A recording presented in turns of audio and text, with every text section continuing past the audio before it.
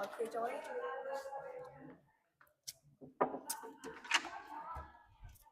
chuyện bao nhiêu mơ sầm phì mơ tạo thành thời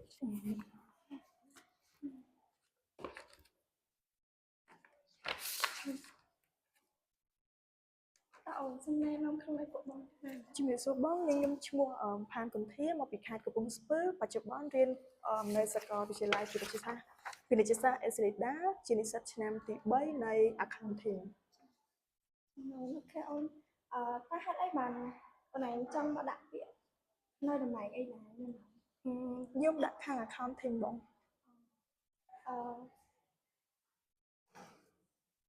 trong hai là bảy ban chỉ ôn trong thơ ca nơi khang công hình đó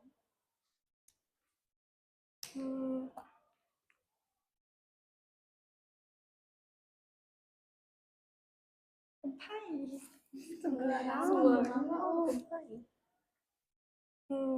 mua là hạt đại nhung chân đã nơi khang công hồn bóng cứ để xa nhung khơi công hồn bóng lõ khi anh đáp ôn đăng công đăng bìa vậy khác bị công hình đó không đúng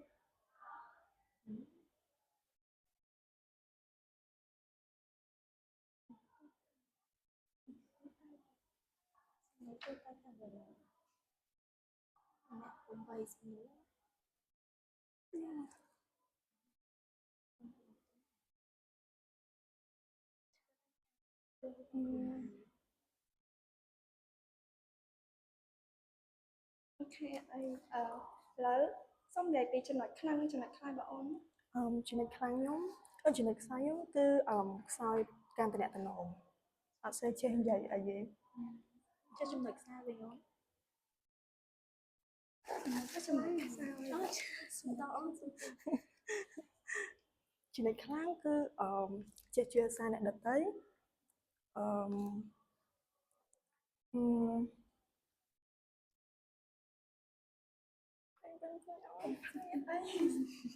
mùa vắng cũng thấy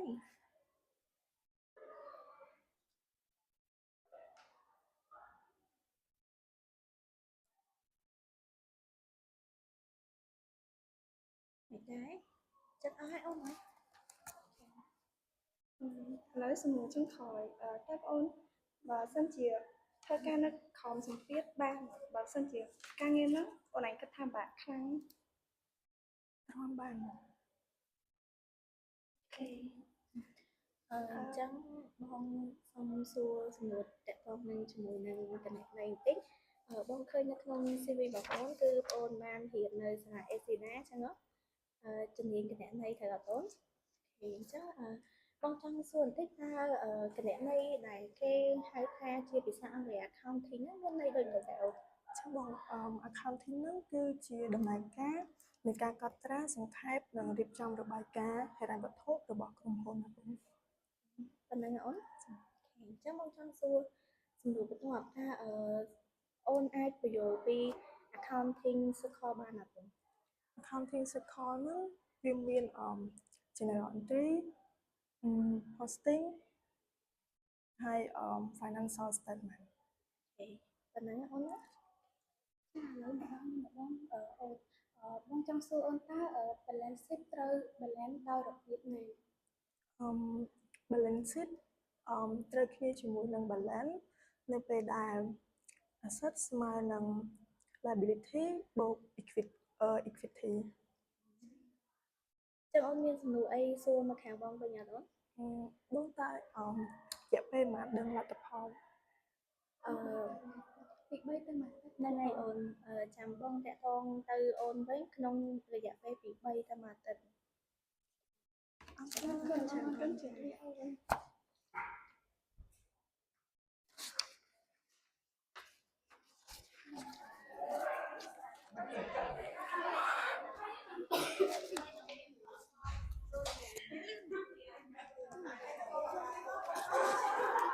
tôi thấy à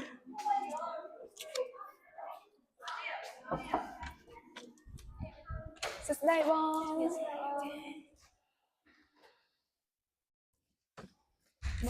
CV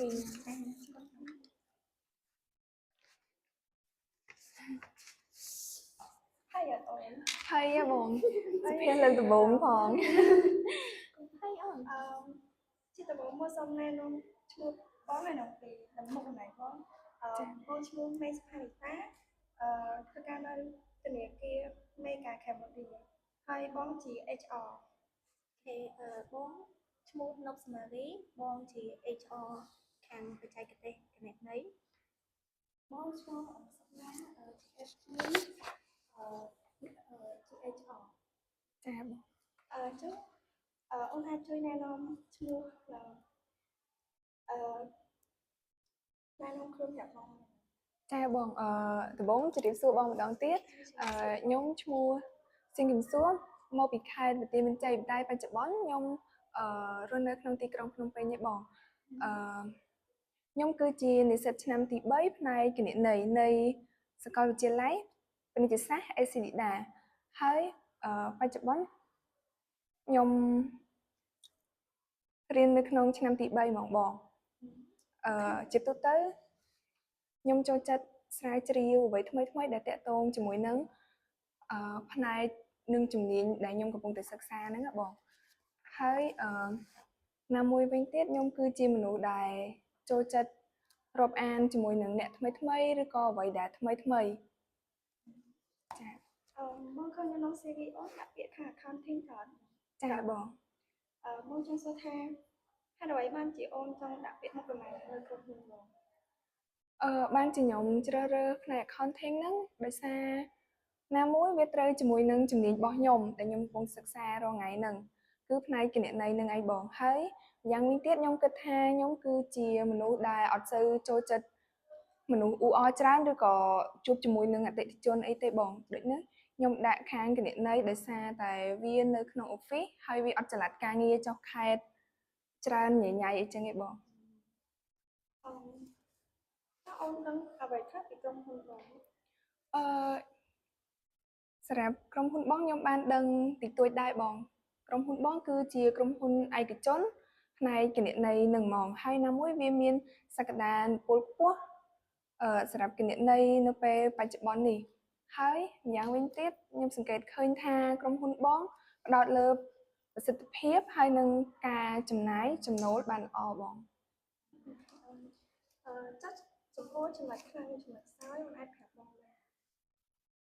ចូលដល់ចំណុចខ្លាំងចំណុចខ្សោយរបស់ខ្ញុំចំណុចខ្លាំងរបស់ខ្ញុំគឺខ្ញុំគឺជាមនុស្សដែលគោរពពេលវេលាវាថាពេលគ្រូដាក់ assignment ឲ្យខ្ញុំហ្នឹងខ្ញុំតែតែធ្វើវាឲ្យមុន deadline ដែលគ្រូបានកំណត់ហើយម្យ៉ាងវិញទៀតខ្ញុំគឺជាមនុស្សដែលស្មោះត្រង់នឹងមនុស្សជុំវិញខ្លួនហើយនឹងការងារហើយខ្ញុំគឺជាមនុស្សដែលអត់ធ្មត់ខ្ពស់បងហើយណាមួយខ្ញុំគឺចេះបត់បែនតាមកលៈទេសៈហើយនឹងកប្បកិរិយាអ្នកជុំវិញខ្លួនរបស់ខ្ញុំចំណែកចំណុចខ្សោយរបស់ខ្ញុំវិញគឺខ្ញុំអត់សូវចូលចិត្តនិយាយជា public ទេបងដោយសារមានភាពខ្មាស់អៀនហើយនឹងអត់សូវក្លាហានប៉ុន្តែបច្ចុប្បន្ននេះខ្ញុំកំពុងតែផ្លាស់ប្ដូរខ្លួនឯងឲ្យមានការក្លាហានជាងមុនអូខេចាចឹងសូមក៏សួរអូខេអញ្ចឹងបងបានឃើញនៅក្នុង CV អូនគឺអូនរៀននៅសាលា ACDA ត្រូវអត់អូនចាបងចាហើយបងឃើញថាអូនរៀនផ្នែក accounting ពិតជាត្រូវជំនាញដែលបងត្រូវការមែនតើដោយសារតែក្រុមហ៊ុនបងកំពុងតែខ្វះ accounting ច្រើនអញ្ចឹងបងចង់បានអ្នកដែលមានសមត្ថភាពចូលមកក្រុមហ៊ុនបងអញ្ចឹងណាអញ្ចឹងបងចង់សួរអូនបន្តិចតើតកតងជាមួយនឹង accounting ដែលយើងហៅជាភាសាខ្មែរថាគណនេយ្យហ្នឹងវាមានប្រមាណប្រភេទដែរអូនគណនេយ្យក្នុងគណនេយ្យមាន5ប្រភេទបងទី1ហ្នឹងគឺទ្រព្យសម្បត្តិហើយទី2ហ្នឹងគឺបំណុលហើយទី3គឺមូលធនទី4ចំណូលហើយទី5គឺចំណាយបងអញ្ចឹងមកសុំសួរបន្តចង់សួរថាដូចម្ដេចដែលហៅថា account payable អូនaccount payable គឺជាការទិញដោយជំពាក់ឬក៏ប្រើសេវាកម្មដោយជំពាក់ហើយថ្ងៃអនាគតក្រុមហ៊ុននឹងទូទាត់សងទៅគេវិញនៅរយៈពេល30ថ្ងៃ 60ថ្ងៃឬក៏តាមពេលវេលាកំណត់ជាក់លាក់ណាមួយបង បងសួរបងខ្ញុំចង់សួរថាaccounting មានន័យដូចណាបង accounting គឺជាការកត់ត្រាពីចំណូលចំណាយកត់ត្រាអឺហិរញ្ញវត្ថុទិន្នន័យហិរញ្ញវត្ថុហើយនិងសង្ខេបពីការចំណាយចំណូលសរុបបង អូខេអញ្ចឹងកន្លែងមានអីចង់សួរបងវិញ ខ្ញុំចង់សួរថារយៈពេលប្រហែលថ្ងៃដែលខាងបងតាក់ទងមកខ្ញុំថាចប់ឬក៏អត់បង អូខេអូនបងឃើញថាការសម្ភាសរបស់អូនអាចនឹងនេះដែរអញ្ចឹងបងចង់សួរទៅអូនវិញថាបើសិនជាបងផ្ដល់ឱកាសឬមួយក៏បងថានឹងជ្រើសយកប្អូនតើប្អូនអាចនឹងចូលមកខាងក្រុមហ៊ុនបងនៅថ្ងៃណាវិញដែរអូន ចាបងសម្រាប់ថ្ងៃចូលធ្វើការខ្ញុំអាចចូលនៅដើមសប្តាហ៍បន្ទាប់ពីសប្តាហ៍ហ្នឹងបង អញ្ចឹងបច្ចុប្បន្នអូនអត់មានជាប់ការងារកន្លែងណាអីទេ អត់មានទេបង ការងារដំបូងហ៎អូន ចាបង អញ្ចឹងបងមានតែប៉ុណ្្នឹងទេអូនមានអីបន្ថែមទៀតអត់ ខ្ញុំអត់មានដែរហ្នឹងបង អូខេអញ្ចឹងអរគុណច្រើនអូន ចាអរគុណច្រើនបងជម្រាបលាបង ចាចា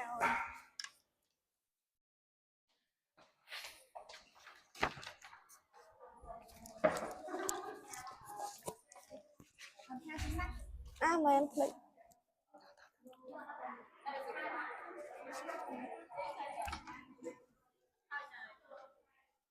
ជំរាបសួរបង ឈ្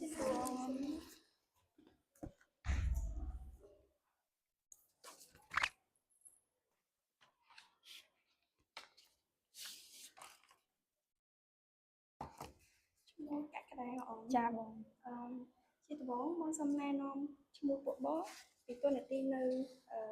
ធនាគារនេះសិនណា ចាបង បងឈ្មោះមេសុផានីតា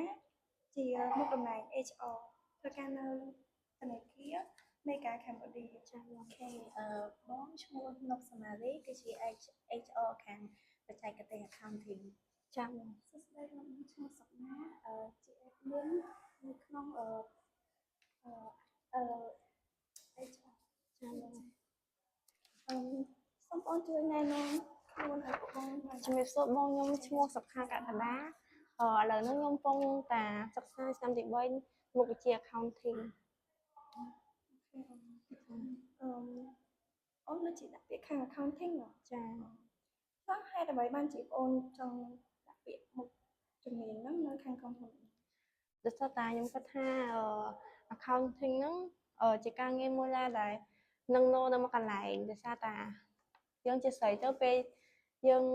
តិចទៀតទៅយើងអាចនឹងមានកូនមានអីចឹងទៅយើងចង់ធ្វើការងារណាដែលនៅមួយកន្លែងហើយណាមួយ accounting គឺជាផ្នែកសំខាន់មួយសម្រាប់អាជីវកម្មហើយនឹង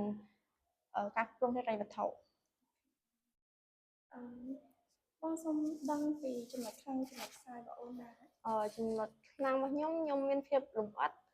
អត់ធ្មត់ហើយស្មោះត្រង់និងមានទំនួលខុសត្រូវខ្ពស់ហើយចំណុចខ្សោយខ្ញុំធ្លាប់ផ្ដោតលើការងារខ្លាំងពេកទៅពេចខ្លួនទៅខ្លួនឯងប៉ុន្តែឥឡូវខ្ញុំបានកែប្រែវាបានដោយសារតែខ្ញុំបានរៀបចំពេលវេលានិងចាត់ចែងការងារតាមលំដាប់លំដោយ ចុះអូនមានដឹងអីខ្លះពីខាងក្រុមហ៊ុនបងបានជាបងអូនចង់ដាក់ពាក្យមកតំណែងហ្នឹង ខ្ញុំបានសើចមើលឃើញថាក្រុមហ៊ុនបងមានកេរ្តិ៍ឈ្មោះល្អមានស្តង់ដារហើយសម្រាប់មានរបៀបថាមានការអភិវឌ្ឍបុគ្គលិកថ្មីរហូតចឹងណាបង ចំណុចចុងក្រោយបើសិនជាបងអូនមានសម្ពាធយើងអាចសម្ពាធនៅក្នុងក្រុមហ៊ុនឬក៏កំពុងតែធ្វើហ្នឹងតែយើងអាចដោះស្រាយបាន ខ្ញុំអាចដោះស្រាយបានបងដោយសារយើងអាចរៀបចំវាតាមលំដាប់លំដោយយើងធ្វើវាមួយ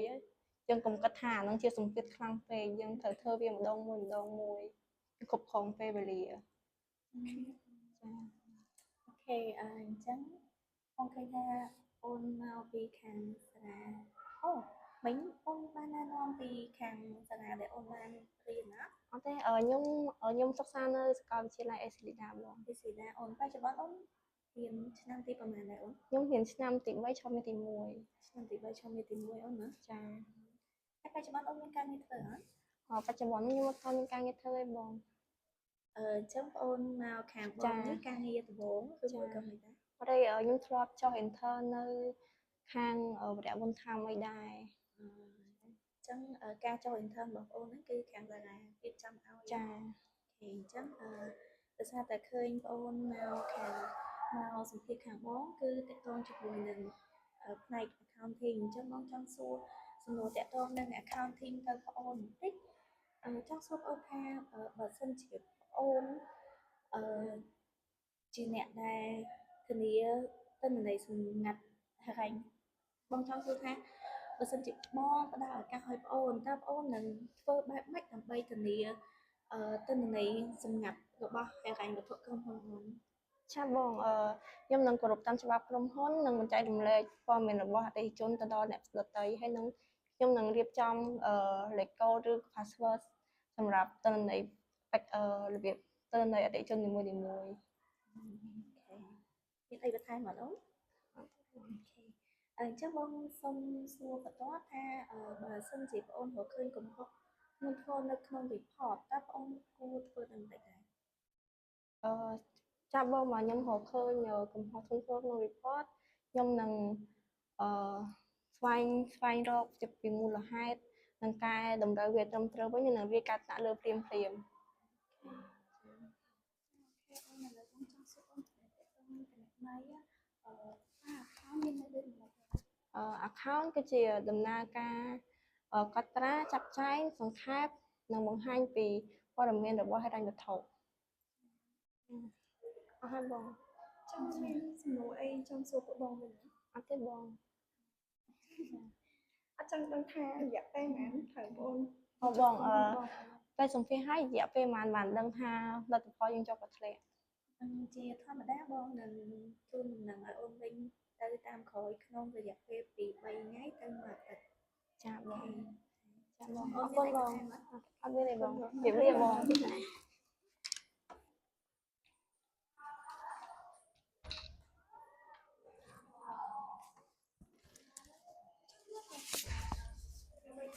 ហើយអត់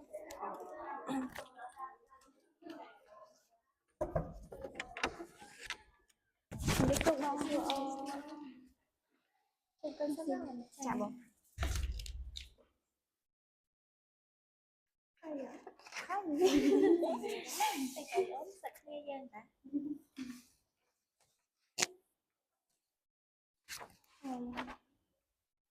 ជាដំបូងមកសូមណែនាំឈ្មោះបងហើយនឹងកម្មការងាររបស់បងឈ្មោះមេសុផានីតាជា HR នៅធនាគារ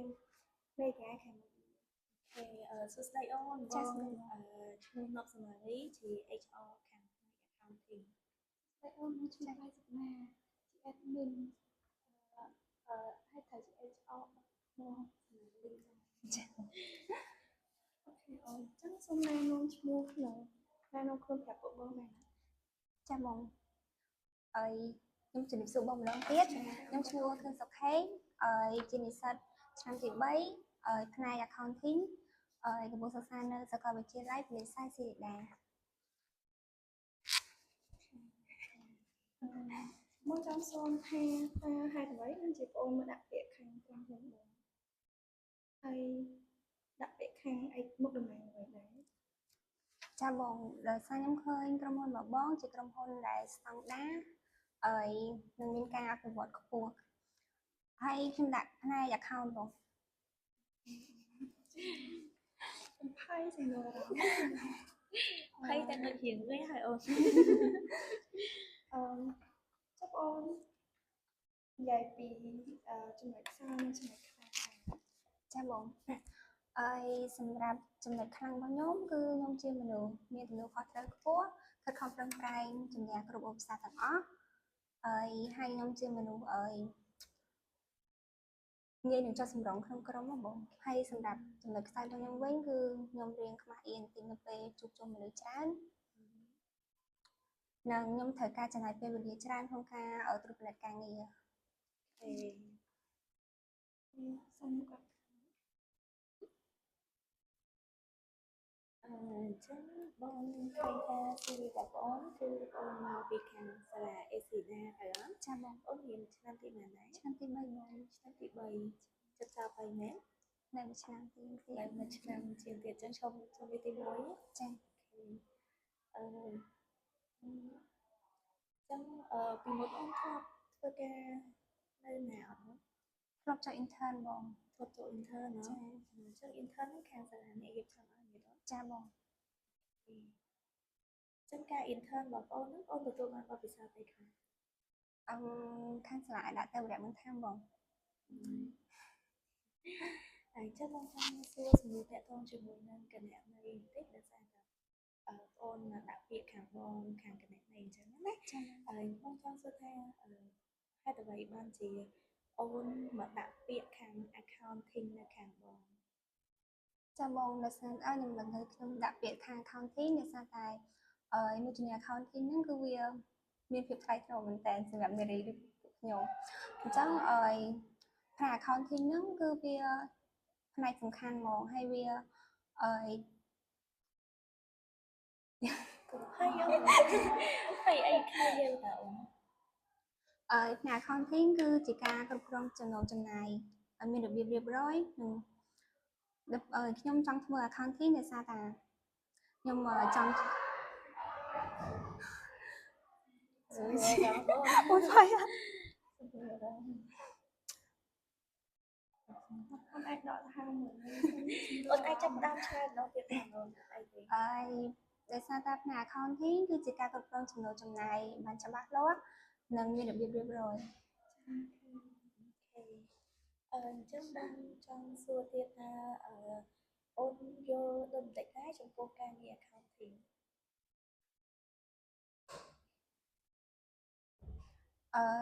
សម្រាប់ការងារ accounting គឺជាការងារដែលគ្រប់គ្រងចំណូលចំណាយប្រចាំថ្ងៃរបស់ក្រុមហ៊ុនហើយវាជាការរៀបចំឲ្យមានរបៀបរៀបរយនិងមានស្តង់ដារ ហើយបងចង់សួរអូនវិញហេតុអីបានអូនមានចំណាប់អារម្មណ៍ចង់ធ្វើការជាមួយក្រុមហ៊ុនពួកបង ចាតាមការវិភាគរបស់ខ្ញុំគឺក្រុមហ៊ុនបបងជាក្រុមហ៊ុនដែលមានស្តង់ដារនិងមានការអភិវឌ្ឍខ្ពស់ហើយខ្ញុំចង់ចូលក្រុមហ៊ុនបបងដោយសារតែក្រុមហ៊ុនបបងគឺផ្ដល់អាទិភាពដល់និស្សិតដែលគ្មានបទពិសោធន៍ឲ្យបានរៀនសូត្របន្ថែមទៀត ចឹងអូនមានអីចង់សួរមកពួកបងវិញអត់ ខ្ញុំចង់សួរសំណួរបងមួយតើថ្ងៃណាខ្ញុំអាចដឹងលទ្ធផល សម្រាប់លទ្ធផលជាទូទៅគឺបងនឹងផ្ដល់ដំណឹងឲ្យអូនក្នុងរយៈពេល3ថ្ងៃទៅមួយអាទិត្យចា៎ចឹងបងមានអីបន្ថែមអត់ អត់មានទេបង អត់ចង់សួរថាបងនឹងផ្ដល់ប្រាក់ខែបងប្រហែលអីអត់ចង់ដឹងទេ ចាំដឹងលទ្ធផលសិនចាំ អូខេចឹងពួកបងអស់ហើយមានតែប៉ុណ្ណឹងអូខេចឹងអីហើយ ជម្រាបលាបង